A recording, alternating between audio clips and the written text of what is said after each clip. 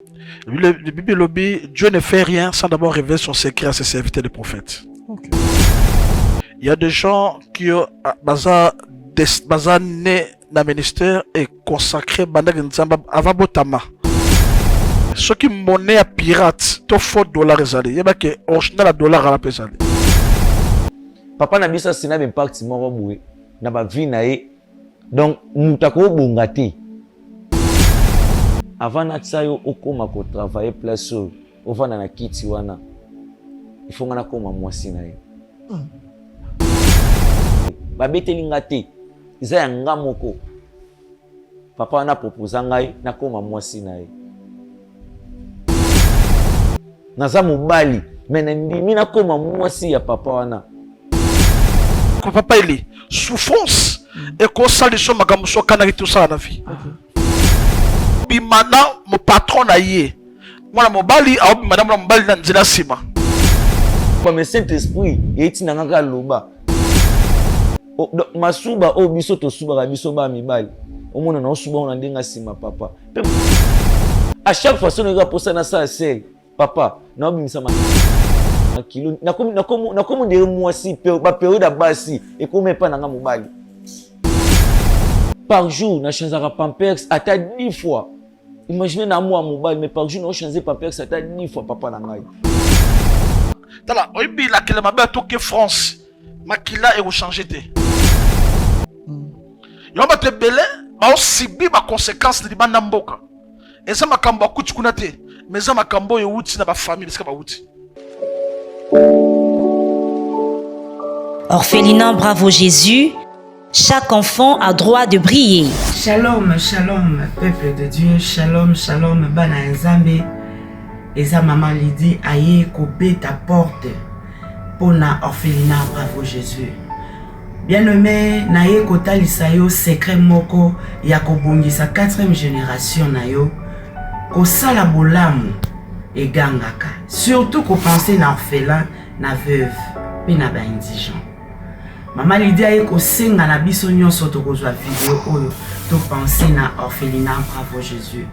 Bana batangaka, bana babiaka, babelaka, bazaka na besoin pe ya ko vivre lokola bana na biso na bandako.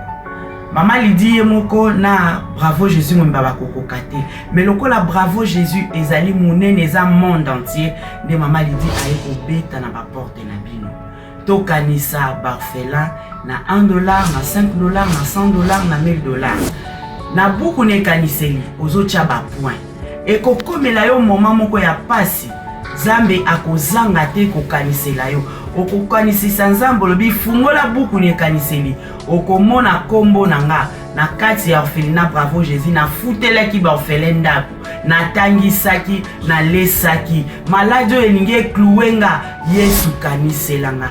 Et okozanga te kobika loboko na Yahweh na bibele. Que le Seigneur vous bénisse. Faites vos dons via RTL Money, M-Pesa et Orange Money. Pour les enfants sans parents, les orphelines et orphelins ont besoin d'un foyer, d'attention et de protection. C'est SOS leur offre une nouvelle famille attentionnée. Orphelinat Bravo Jésus, chaque enfant a droit de briller.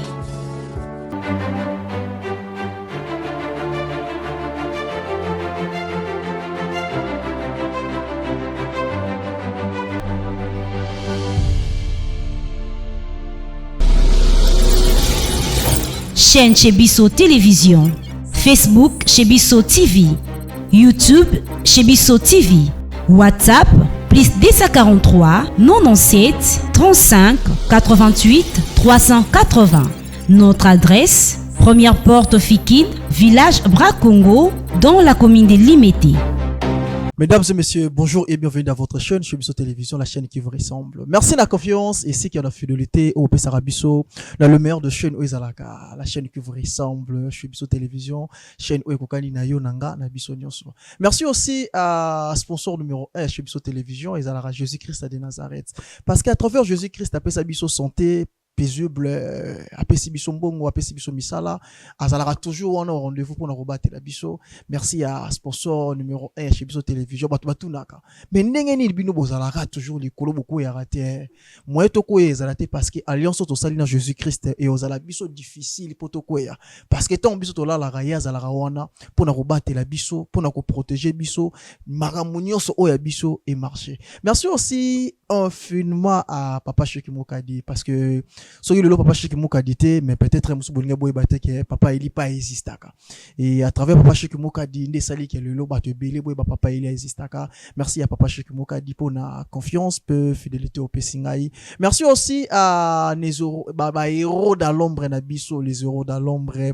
Merci à Papa Zara Capita le directeur technique. Merci aussi à Israël Monzo. Merci à Madame Dako. Merci aussi à Madame J'espère Kachama. Merci à Papa Gimoteba pour na musala kitoko bosala na katsa le meilleur de chaîne. Bandeko balandi na yesu na émission oh c'est grâce à Dieu. Pourquoi c'est grâce à Dieu?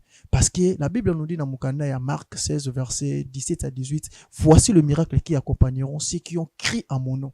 Il chassera les démons. C'est grâce à Dieu et sa alliance oyo muto asali na Nzambe. Tant wandimi ko kozwa kombo ya Nzambe ko tchana katsa mutema na ye et miracle komi ko so créer mbala moko na makambo nyonso oyo kosala na vie ya mutu yango mutu yoka na émission oyo c'est grâce à Dieu. Mutu oyo Nzamba kangoli mutu oyo Nzambe alongoli na katsa difficulté parce que diable aza malin aza wana pona kobebisa ba vie ya bana na Nzambe mais Nzambe lokola pas za bolingo atindaka toujours ba serviteur na ye tout autour ya bana na Nzambe pour que ba mema paix ba mema lumière yango to une émission c'est grâce à Dieu nazanga mon côté nazana l'homme de Dieu et à travers l'homme de Dieu tozana ye ndeko maman ndeko papa oyo rolande émission oyo s'il vous plaît soko lingara chaîne oyo ondima ko s'abonner pozalaka édifier na kata chaîne oyo na kosenga na yo kopesa biso kaka matoi na yo te mais pesa biso motema. Pourquoi pesa biso motema? Matoi koko yoka eleki na ngope mais na motema no soko zo croire na mambo tolobi ovandisi yango na kati et ko permettre ba miracle et se créer yo pour vivre changement. Imaginez-vous tozaki na année 2025 eleki loka inaperçu tokotsa année 2026 toujours ozobila kaka na même chose siko na lingi nga na yo na émission oyo tozala édifier nazana l'homme de Dieu papa Emma. Bonjour l'homme de Dieu. Bonjour Papa Eli. Merci beaucoup. Grâce à Dieu. Ok. Oui. Bonne santé. Non, santé, nous sommes battus la biso, tous en malade, tous en forme et par la grâce de Dieu. Gloire à Dieu. Yamboto Banda et au Seigneur la bino au Kambabiso na prière. Sur votre permission de ressembler là. Seigneur, merci pour la grâce, merci pour la faveur. Dans les guillemets, nous sommes dans la mission au Nzambe. Oyo muteme azalaki découragé azalaki na espoir lisusu te na nzela ya mission lelo opesa espoir ozongisa foi et opesa ye quelque chose au mutema ezoluka na kombo na Yesu au nom de Jésus ainsi prié amen. Amen. Papa Emmanuel, prophète, pasteur, évêque, évangéliste? Non, ministère prophétique. OK. Mais comme pasteur responsable il y a une grande communauté. Gloire à Dieu. L'autre fois qui émission na papa Eric. Oui. Bozongi lisusu na papa Eli. Du frère Zara Eric Eli. C'est qui? Zambazo continue ko sala toujours na kati etonga. Soki tozongi d'abord na pesi merci na ba équipe nyonso ya Bravo Jésus. Gloire à Dieu. Surtout tozongi na émission grâce à Dieu parce que toujours zongi sa grâce le kumu epa na ye parce que na makambo azosala. Oyebi esika nzamba leki na via mutu il faut tika ba signe na bilembo. Amen. Alors le Bible lobby Dieu ne fait rien sans d'abord révéler son secret à ses serviteurs de prophètes. OK. Alors so toujours zonga exemple ko talisa ko yokisa sata na soni ko lakisa comment nzamba za capable ya kozwa mutu quelque part pepe na omema quelque part. OK. Yango moni esongo na biso la fois parce que tozaki na papa Eric na pesembo teskazali et le lot zongi susu parce que nzamba sali sukoleka ya koleka banda que toza vivant et toujours vivre na se à grâce tango nzamba zo sala et tozanga soute ko peseka merci yango tina mission na biso toye lelo ya ko remercier nzambe na o nzamba to sala o eleka kilobi. Amen. Babenga rabino miswa aigle. nga ko excuse nga peza pona benga yo yo kozala moi passe parce que boza déjà pasteur ou boza une église ebile bozo kamba na ko ko citoyen binoté et mission aigle au monde a musika parce que na nature to yebi aigle lorsque ça likolo des visions les okoma plus proche sikolo oso mona nini pona mboka na biso ça c'est le temps de Dieu pour le Congo. OK. Exactement Nzambe pour le Congo. Exactement oyo le même sujet de l'obéla grâce à Dieu toujours remercier Nzambe parce que comme étant Nzambe ngé a humilié bangunya na shamboka. Et puis za moment Nzambe ngambe ma nouveau Congo. Congo ya Sika. Et quand on parle Congo Sika, c'est que makambu nyonso ya kala otoyeba keleki ba guerre babitumba moment chasseres crise mais Nzamba même nouveau Congo c'est que na ba dirigeant pe ya Sika na kitita mova place non déjà cause la kala cause la Sika mais quand Dieu restaure quelque chose au cause la kala mais Nzamba quand Dieu a kala on a transformé yo na ndenge mususu pour kota na nouveau départ. OK. L'homme de Dieu. Vous êtes belé bino so basali na Nzambe. Il y a des serviteurs de Dieu oyo bazo sala musala Nzambe na ndenge singilité. Objectif ezali ya ko soutirer kaka quelque chose pas mona na Nzambe. Est-ce qu'il y a conseil to ko pesa na bango? D'abord moto ayambi bibelobi na Nzamba so Jérémie avant mobota le maman na yo na pona kiyo déjà. OK. Il y a des gens qui ont baza né dans le ministère et consacré avant Botama. Ça m'a bien guié. Le autre monde a surtout dans le ministère prophétique de ma bécoti. Je suis prophète, mais souvent je doute aussi dans d'autres prophètes.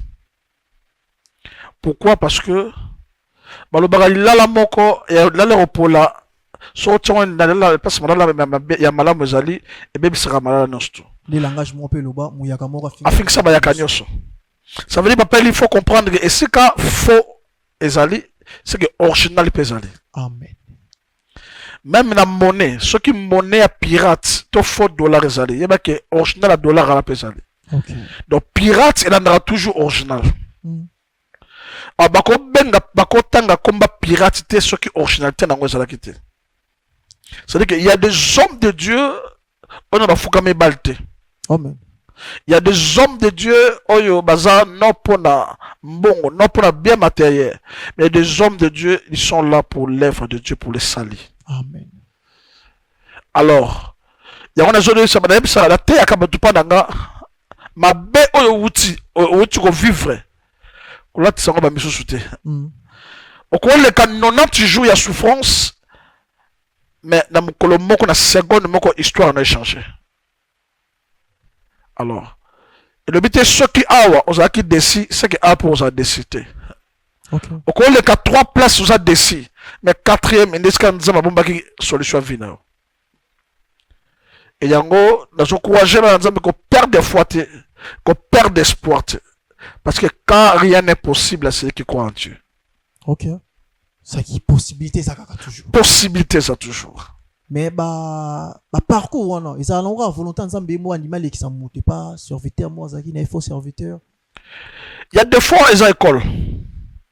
Des fois sont enseigner enseigner yo. Azana façon bien ko enseigner yo. Au quand il y a quelque part mettre sur libaku. Mais libaku ne ko courageux sur que au continent sur kuta na malamu. OK. Mais monsieur kota libaku mi 4 na magi mama moko mama bisinga na uti na poto na futi billet na Kinshasa ba loger ngai mais à la fin na zangi na moyen ozonga poto na zangi na billet na continent nyongo ya séjour ya hôtel. Ça veut alors et loko biso na posa nango mbongo oui okopesa mbongo ekosila elamba na olateka oka e pasuka mutuka na otambule ko beba mais loko est important ya loko témoignage te. Amen. Papa il obi soke pa anglophone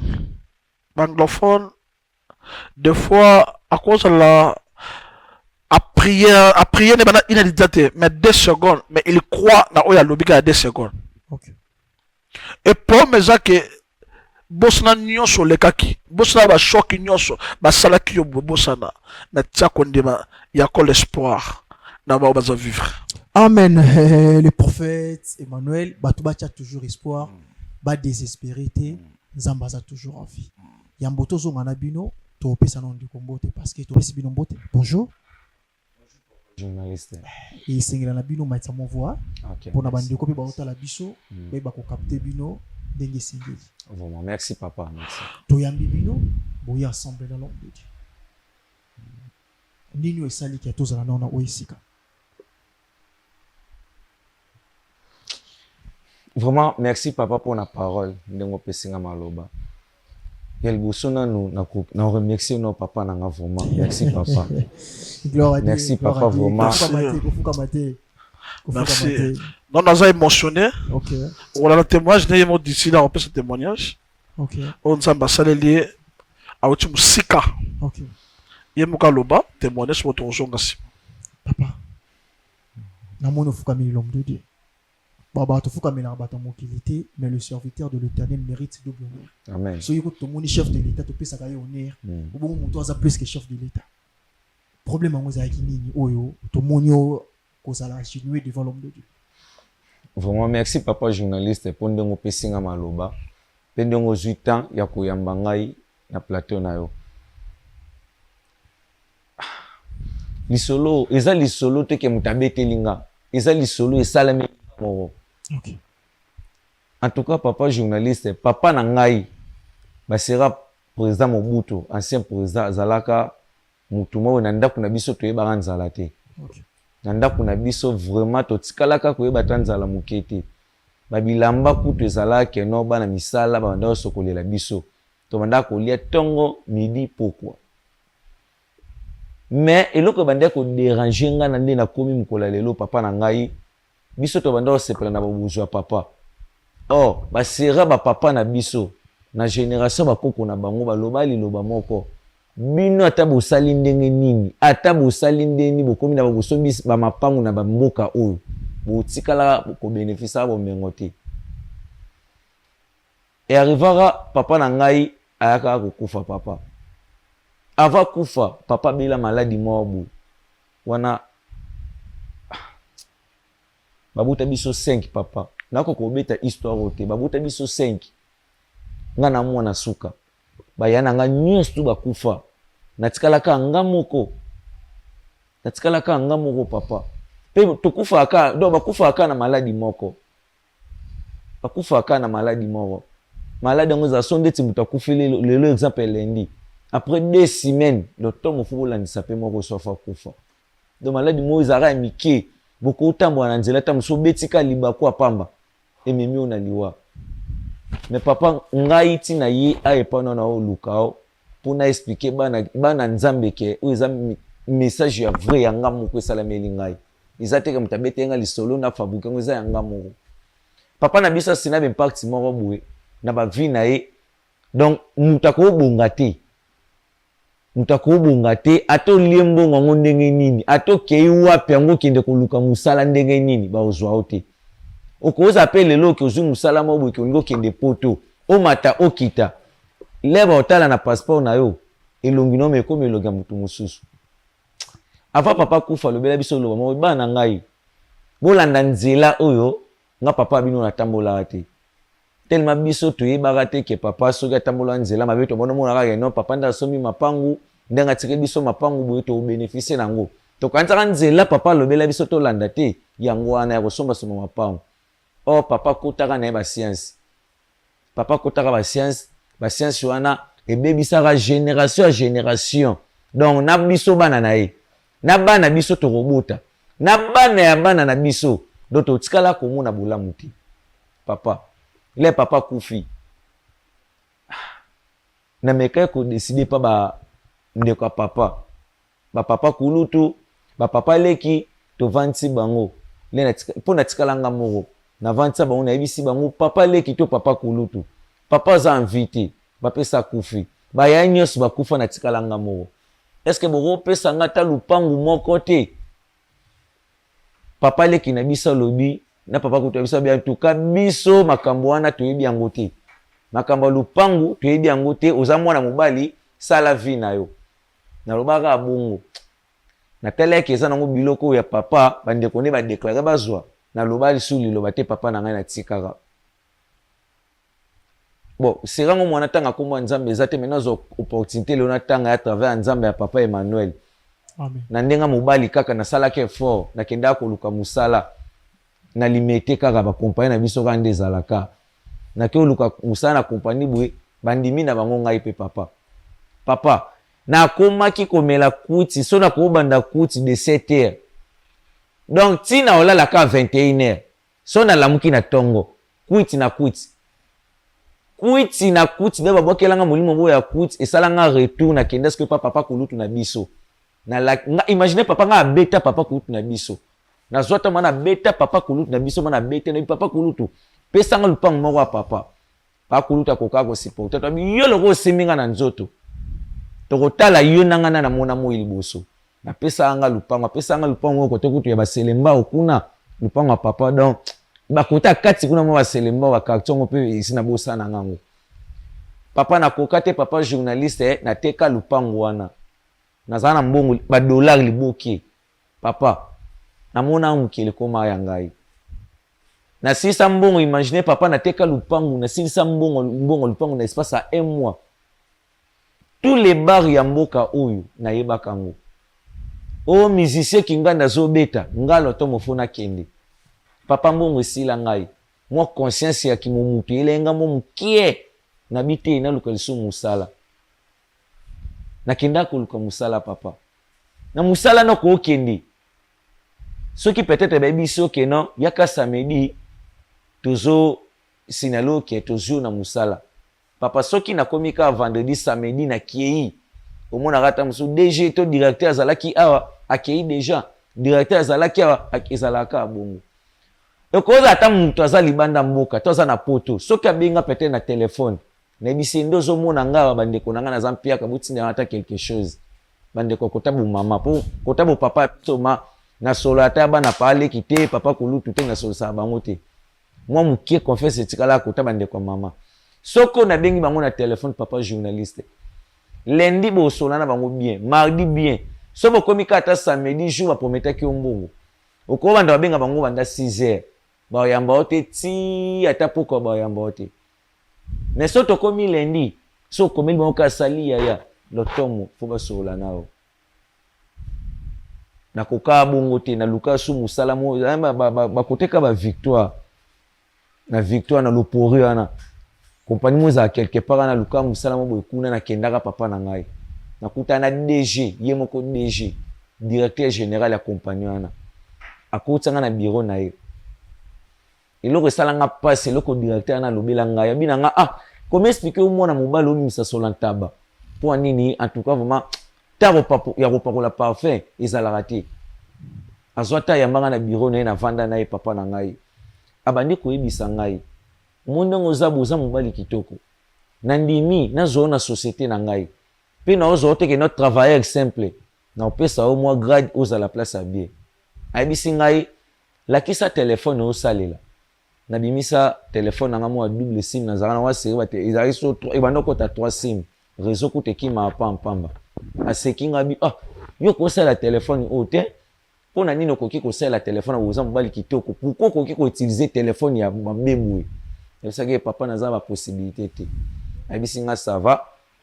Kana bureau na ye, ezana douche, abiki na douche ki o sokola. Akoti pe na douche na sokoli na ye na vandi. Atindi soki secrétaire ne je crois bingi kana téléphone ki na maison ki ngani zoelanga bilamba mo bwana yaka nango. Na makaba elinga bilamba. Papa journaliste. Taka nga zana ba téléphone o sela 3 sim. Mais papa na DG na biso na pesa ngai iPhone. Apesanga ma téléphone ya bien ya qualité bien kanga photo bien na parfait na sapato bien abina ngai kende yaka lendi soko ye lendi o banda musala papa na kenda ka nesengo na ye lendi ko na ye lendi avant tinga su na bureau na someli nga mo ji ndizala ka olengela ngai Oh, na suka zo proposer ngai. Avant na tsayo okoma ko travailler place oyo, ovanda na kiti wana. Il faut ngana koma mwasi na ye. Papa ezali solo te ke mutabeteli nga za histoire oyo esalameli nga moko za histoire vrai. Babeteli nga te. Eza ya nga moko. Papa wana proposa ngai na koma mwasi na ye. Siko natalaki pe banda na botama nasala na eloko wana te. Komi expliquer eloko bongo na koki ko pratiquer ngo na osala ngo ndenge nini. Nayebisi ngai na peso 5 minutes naza libanda. So na koti o répondre ngai. Abimimba mo aki. Papa na vanda nga moko na bureau. Na vandi nga moko na bureau na raisonner. Pas même 5 minutes koka kitemaka papa na yo kota. Nayebisi nga o moni ndenge nini. Ah, papa. En tout cas, vous excusez nga boza ba papa na ngai. Pour na zo kita ya kobetele de papa Emmanuel. Limbisa nga tango susu na zo betele papa journaliste. Ça dérange pas tant aujourd'hui au Antonio a fait du compte et si je zaki. Ah, tango ayi azongi na bureau ayi atuni ngai décision na yo eza nini omoni ndenge nini. Papa. Natalaki déjà na komi na téléphone na bien. Natalaki ke na komi kolata moi bien. Natalaki façon vie na nga ndenge ezalaki na pasi na tobotama na vie bien tokoli na vie bien quelques minutes vie na nge changer nakomi mutu mwa boye papa naza so omoni ngo mona nga dans le roi bisanza kele mais nakomi na vie mwa boye le mwa téléphone na bien na loboko mwa pantalon bien short bien je ezalaki te papa en tout cas mwa bandeko na nga bolimbisa ngai vraiment bolimbisa nga je ezalaki te papa na ngai na ndimaki kokoma mwasi ya papa wana naza mobali mais ndimi na koma mwasi ya papa wana pona pasi ayebisi ngai yo vandaka wapi na expliquer nga kuna alalaka na église non wana avana koma na église na bandeko kuna kolala epa bamasa na nga mwa bakota ya bakindele kindele eza komi na monga fula na kati kuna donc place ana tokota ndako na biso butu na biso donc soto komi 17 eza wa 21 na banda wafanda kuna mina nga olongwa na milie wana oya siko na milie eza mwa bato bayebi yango mwa mingi apana nga muna okake na on dirait isi banga te papa na okoka te mais na pasi na ndima na okoucher na papa wana premier jour na trouvaka ngo normal na kenda na ndako papa na lela butu mobimba mais na mesanaki oh na sima ko mesana nanga na bana ko za na osala bien papa. Pasi papa. Et ça la passe dans le route et le suka. Comme de Dieu. Nazonga momo qui parle bien. S'il te plaît papa nangai. Koka d'abord de kokoloba. Ça fait mal même na moni na vandia et na mai na misu. Mais il faut aussi porter toujours. Déjà koyo kaye pour comprendre que baza bateau papa te destiné et ça na makasi na yete. Ils ont makasi na bino par rapport à Dieu Saint-Esprit. Ils ont la nini. De comme bali nzamba otu sale grâce. Après nous sortir au ce témoignage vient à souffrance parce que papa na bango avec mon français koko avec mon français ateka bango. Ayo ko musala ndenga zawana akomaka mwasi ya donc akomi pona musala. Ebi ndeko papa ili souffrance et ko salisho makambo so kana kitu sala na vie. Bato ebele lo basala makambo eza bango te eza souffrance yomona mutu musu po azwa bapona na université fo bimana professeur oui bamusu mona po azwa musala bien il faut patron wana alinga ye donc ekomi osala likamo ozwa na condition moko ezala bato ebele bakota bandako basokola bango bakende ovisite bato po abotaka te po likobala ezoya te musala ezoya te mukanda ezoya te souffrance et que quoi même maillot et place au canacate na vie maillot. Ditinga papa vous même manga place on ndima kate na vie na. Je m'en de ko mbal lonza mabixier. Kana ezali après ko bimana mon patron na ye. Mwana mobali a bimana mwana mobali na nzela sima. Après un moment a comme so ba ndoto ya mabe ba cimetière so lali loko akufi loko ba ole laye. Donc on t'a vendu tout mon papa son a dindi na libulu pour ça on dirait libulu on ekinda les autres qui t'en ont eu battu son okinde ouais papa s'il vous plaît na s'excuser bande konanga bien sûr eza TV mais non so tana lo ba vérité nazwa ata naloba vérité. D'accord. Na olinga naloba na bomba me Saint Esprit eti na ngaka loba. Nzambe ya papa Emmanuel na kati na opuse nga kobomba te. Loba po sunga bana bande ko mususu. Papa, na komaka soki peut-être na koti na sala sel na wese. Masuba o biso to suba biso ba mibali. Omona na osuba ona ndenga sima papa. Pe masuba pamba te makila. Makila ya makila.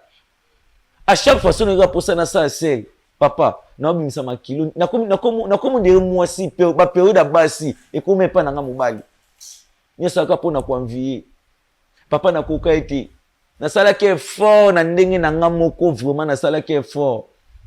Na komo ko makila lokola moi si papa par jour na changeaka Pampers ata 10 fois. Imaginez na moi mobile mais par jour na changer Pampers ata 10 fois papa na ngai. En tout cas na komo vraiment désespéré. Tellement na kindana na mona batebile na botanique. Ndi bakenda ba mabondeli kuna. Na koma kiso na kei papa pona bondela petsa ko bondela zalaka te na koma ka kolela. Na koma ka kolela. Mai na miso bima ngai. Chaque jour na yaka na jardin botanique. Oh, ezape na papa yepa yaka mabondeli kuna papa Emmanuel. OK.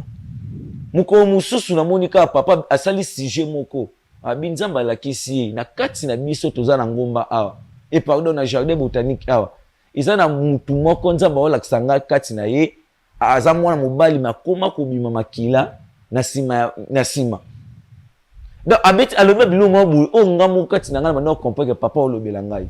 Kiza mo mobali moko azobima makila, iza mwa mobali mo bazanga na tanga mbongo papa bango bibisa betoli na bango, iza mwa mobali mo ndenga za vie na ye za via bakuti. Donc biloko papa Emmanuel azoloba papa na mona ngondire na vie na ngai. Na koka eti na ko ndelo mo toucher ntema na ngai na poussa na kipembe na papa Emmanuel n'expliquer vérité abina ngate papa o eza place de prière moi to solango ezate to kini na église ndi to koma na église na expliquer papa nyonso makamka ndi na to expliquer au papa ndi papa Emmanuel aselenga pratique de prière aselenga pratique de prière moka intime ya pamba intime na pamba ndo muna ngamba babundelo papa banda landela nga pendant intime ndi nazabo papa yango na ko bumba ngoti. Merci papa Emmanuel. Merci papa nanga. Lelo o papa ndo muna ngabu. Ndo muna ngabu papa na bimalisu makilati. Na koma so na kena wese na osa sel. Ndo na zonga mobali. Na mabondela espace intime papa nanga na zonga mobali na bimalisu makilati. Yango wana papa soki na ndimi na fuka maliboso na yo. Ndeko langa tellement merci beaucoup. De kibino na yo ngolobi. Papa Emmanuel. Na mo mukuse na témoignage ndeko. Lolenge nzamba bikisi c'était comment? Nzamba bikisi pour nous en bref. À 6 mois après que bimana ndeko na moninga ne mobali na nenga sima. Après 6 mois abandi ko saigner makila. Abandi ko saigner makila à stambola partout à kenda partout à meda bakisa bokoko simba kate. Mais mukolo ngomba nzamba ko révélenga avant na pesa sija prière. Voilà na jardin. Na jardin botanique. Nabandi ko détailler azaki ensemble azaki musika. Mais nzamba visiter ye. Et ngomba ke papa eli a tous na pays ni. So nzamba nga visiter yo. A occuper journée, a occuper RT. Amen. Donc le boko nzamba e comme resika bato ko komate. OK. Alors le nzamba bikisi ye. Lelo par jour on changer moins 10 papins à changer à sous-souté. Gloire à Dieu. Awa makile katani. Banda 6 mois après 6 mois makile katani. Awa zongi mobali. Sant azaki mudamunene santé silaye à cause ya makila. Yango nangina lobela batu papa makila soki za mabe. Les sans vendre. Soki makile za mabe. Il y a 220. OK. Makila o batekango déjà. Le lot besoin vivre ma conséquence ma kambo boye makoda mutute. Mais peut-être na descendant na bino ba papa na bino basalaka cérémonie moko. Mais cérémonie wana esi bateka bino. Le lot vivre malade bana yo moni oboti bana bien mais comme tamoko mona moko akomoko épilepsie. Oui bité d'origine di kambo uti wapi. Maka musu ba lokiote. Mais ça d'origine pour boter na makila famille wana. OK. Ezra ba réclamation makila. Ba misu ba simba ka mbongo me mbongo ba sango le malonga te. Pourquoi? Parce que makila na yeza réglame à tourner si kamoko. Ba mi soit na règlement ma règlement. Tala oyibi la kila mabe atoke France. Makila et changer te. OK. Et vous avez makila na yo wana. Yo ba te belé ba osibi ba conséquences de banda mboka. Et ça makambo akuti kuna te. Mais ça makambo yo wuti na ba famille parce que ba wuti. Réclamation à makila. Réclamation on est kangi et qui peut même continuer à et autres qui peut continuer et réclamation et ndiye. Papa Eli. Et ça ba tu mususu o mona ye. Depuis ka kalibala na ye kufa. Akoro so sombale mususu te. OK. Depuis ka bota mwana moko ko bote kangama. Maladi moko batila mwana na ye. Kara ya mwana pona nini? Mwana zo sibir. Yo mona Bible lobi na mukanda Psaume 11. Psaume verset 11, chapitre 11 plutôt, tina 3, verset 3, Bible lobi. Ce que fondation eza malamu te. Biso ba juste to sala nini. OK. Ça veut dire que elle kamba fondation. Nani yango oyo aza auteur ya fondation ya souffrance bo le kanango. Nani oyo aza auteur, ye auteur na ezaki papa na ye. Deuxième auteur na ye à cause de souffrance andimi apesa nzela sima na ye ya mobali po babimba na ye po na souffrance. Yango na vie eloko telemela. Tango zo prier eza bien. Mais yeba d'origine likambo zo prier uti wapi. Ko prier rapport na prier te. Mais yeba d'origine likambo. Ye d'origine na ye souffrance. OK. Azaki lié na makila ya mabe ya papa. Bakebele bakufa me batikela biso balwa na bango basala. Papa loko sali kambulelo mais ko rétablir après 5 ans. OK. Bakebele bakota en place basokola bako. Lelo conséquences sont vivre exemple likambo salaka. Tala ndeko makila bana 6 mois a changé ma papesse parce que andimaki koteka simana ye pona oluka bongo. Siko yo na souffrance olanda ngai okotaka wapi basokolaka yo wapi bamelisaka yo nini obimaka na nani nesika likambe wuti yango wana. Est-ce que tant babalaka bosalaka mariage lelo bana bazobala te bana bazoya te na libala na sima mariage to baopesa mbongo ya mariage nani asalaka réclamation nani adisritaka mpona libala wana lwa nini batiaka bokonvanse te bokopambola bokobala te. Papa Eli eloko nyonso souffrance nyonso ezala bakozi na yango eza na bato lelo baza bacause e basouffrance ya bato. Pourquoi? Parce que obotemeka na famille wana le sang yango moni bato ebele babalobaka o maladi ya famille te. Mona papa abelaka maladi ya misu koko na ye abelaka maladi ya misu grand frère liboso olobi ya biso ezala ya famille eza uniforme maladi ya uniforme pa yesu ezalaka te. Yesu aza capable ya kolongola coutume ata moto atirango akufa mais aza capable kopesa solution. Amen. Yango nazoyebisa bato nyonso bazolanda ngai ndenge Bible elobi na 2 Chroniques 20 verset 20. Confiez-vous à l'Éternel votre Dieu, vous serez enfermés, mais à mes serviteurs vous resterez. C'est-à-dire que il kamba vie na yozo souffrir wana. Il faut nzamba te misaka musali nzambe moko pour asala pour la bénédiction solution finale. Amen. Ndeko akutana Yesu na ngomba. Peut-être yo okutana na nzela mission. Amen. Na bi ero landa mission ote. Et ko ça rediviser et ko ça ero landa ngona ebité. Pays pour landa ngona ebité. Mais ce qui ne va kutana na ngomba makila 6 mois a changera pampes 2 fois par jour. Et katani le nzamba zongisi mobile. Yo poso landa ngai likamuna de ki Yesu na makasite. Amen. Pour marobota mikanda Mrambe simba kate di bale simba kate bachayo botutu moko ovansa kate tous les problèmes ozo le kanango ozo ndanga sikoyo contactez biso prochaine témoignage zande ya yo ozo ndanga yi. Amen. Ndenge ndeko abiki ainga kutana na bapampes na ye na boy kolakisa ngo apakisa somo comment mwana mobali akino senye na sima 2 fois par jour on change ma pampers. Peut-être les Camerounais, ça les 6 mois. Peut-être il y a yo, et ça les 1 année, et ça les 2 ans, 3 ans, 10 ans. Mais je sais que notre Dieu est fidèle. Amen. Notre Dieu fidèle est capable. Il y a aussi quelque chose qu'on a vu d'ailleurs. Aujourd'hui, on a vu ça. Il y a biki nangomba, mais il y a biki nzela et Michel on a vu ça. Pesa foi, pesa kondima. Prochain témoignage, c'est yo. Merci, papa. Merci beaucoup, l'homme de Dieu. Prochain témoignage, j'ai un mouton azota la biso na oesika, yé pas ozala édifié. Ngana roye bisala mouton soit allé Michel lelo. Et l'homme de Dieu a lobby na 2 Chroniques 20-20. Confiez-vous à l'Éternel, vous serez affermis, et à ses serviteurs, vous verrez la délivrance. Bon, on appelle le lengi bikam me osala malakati sa vie na yo. Peut-être yo zawa nous a la difficulté makasi ko désespéré. Comme il ngate tout na l'homme de Dieu, au bon pour na bandiko bota la biso. C'est à vous ya osala ou eto bengi devoir personnel. Soit numéro na ba poste téléviseur, benga l'homme de Dieu, kota rendez-vous na ye, le lengi nzamba ko se manifester. Au monde appelle au beaucoup en Zambie. Pourquoi pas il peut témoigner. L'homme de Dieu, pour que tout, si c'est Michel Lelo à monter, numéro de téléphone est ça.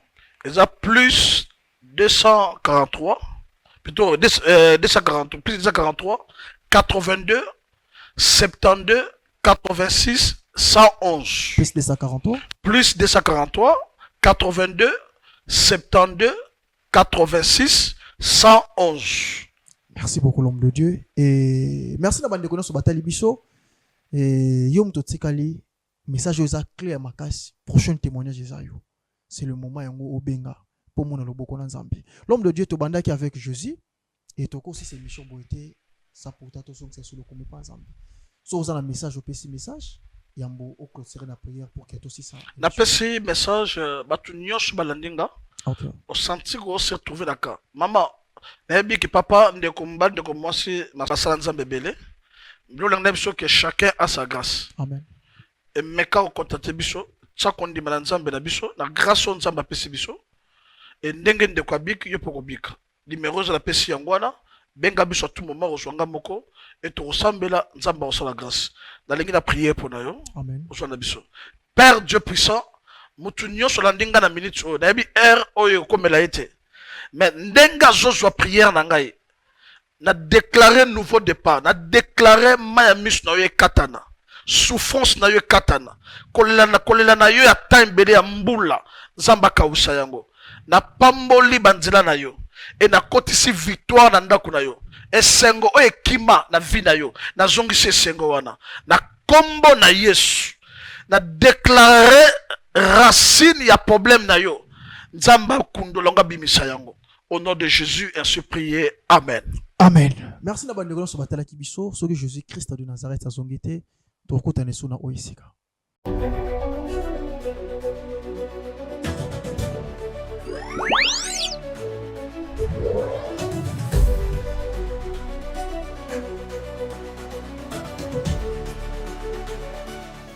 Chez Bisso Télévision,